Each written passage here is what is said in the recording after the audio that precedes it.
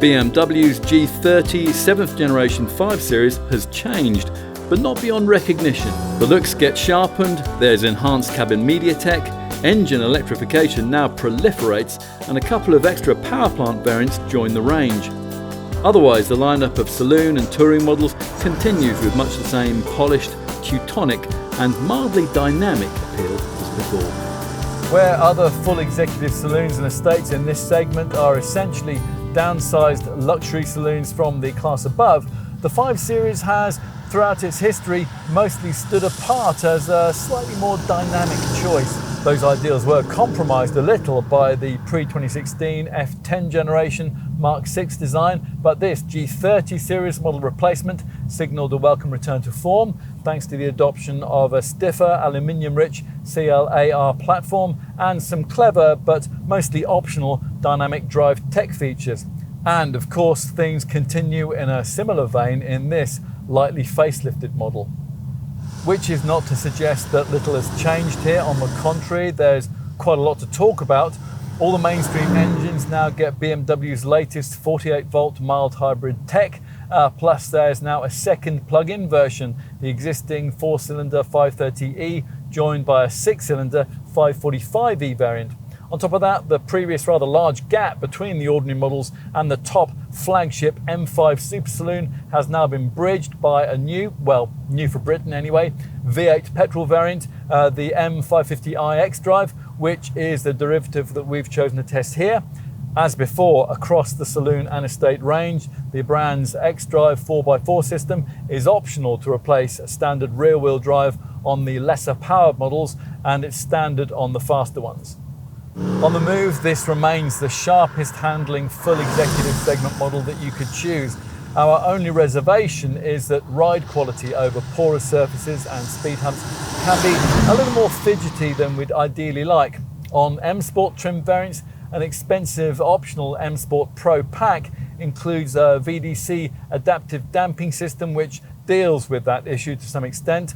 As for efficiency, well, the latest 48-volt mild hybrid electrified tech makes a small but significant contribution here. It enables the 5 to retain its status as the cleanest and the most frugal car in the class. Let's get to the WLTP figures. If we take the volume 520D diesel as an example, the variant that most customers choose, you can expect up to 58.9 mpg on the combined cycle and up to 127 grams per kilometre of CO2. The 530e plug-in, meanwhile, can improve those readings to up to 201.8 miles per gallon and 31 grams per kilometre, and it can run for up to 37.3 miles on all-electric power. Over nearly half a century of production, there have certainly been moments of note in 5 Series design. The original E12 version of 1972 and the Mark V E60 model of 2003 both come to mind. Overall, though, this car has generally been characterised by the kind of confident but still relatively conservative styling which features on the improved version of this 7th generation G30 model. As expected, this 5 continues to share much under the skin with its bigger 7 Series stablemate. The CLAR cluster architecture underpinnings, in fact, are pretty much the same as you'll find in a 7, although BMW has stopped short of incorporating that pricier model's expensive carbon fibre reinforced carbon core. Take a seat inside and you're treated to a much improved operating system 7.0 package of more sophisticated and better incorporated digital screen technology. That's matched with some lovely use of leather and very high quality plastics, plus the application of real metal finishing rather than metal effect plastic.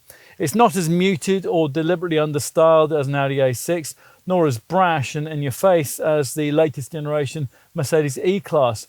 After years of bringing us rather half-hearted digital instrument displays that weren't completely configurable, BMW has finally bitten the bullet and delivered here a decently sized and properly customizable instrument binnacle screen as part of its new Live Cockpit Professional package.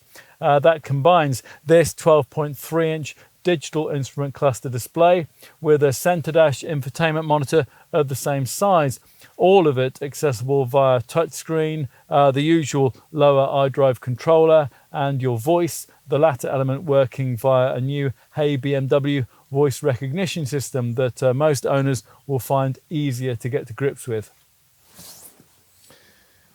Let's take a seat in the rear. Now this is easy to do because the doors swing open nice and wide, and the generous aperture that you enter through is now tall. And the stats back here bear that out. At the original launch of this G30 generation design back in 2016, we commented favourably on the way that the extra 7mm of wheelbase length delivered by this Mark 7 model's CLAR platform provided improved standards of knee room and leg room, although we did also point out that this BMW remains fractionally behind a rival Mercedes E-Class and Jaguar XF in that respect. That is still, of course, the case. Fitting in 3 adults back here is inhibited by this large central transmission tunnel, but at least the middle part of the bench isn't quite as uncomfortable as it is with some competitors. Finally, let's raise this aluminium boot lid and have a look at the luggage area, which in the saloon model is rated at 530 litres, helped by the relatively long overhang. That totals only a fraction less than an E-Class or an XF. With the plug-in hybrid 5 Series models, it'll be 120 litres smaller because the 9.2 kilowatt-hour battery pack pinches a little bit of the space. Of course, if you're going to be needing that sort of capacity very often, then you'll be better off going for the Touring Estate version of this model, which offers a 570 litre boot in conventional form. That's extendable to 1700 litres if you flatten the rear seat. With the 530e Touring, the respective figures are 430 and 1560 litres.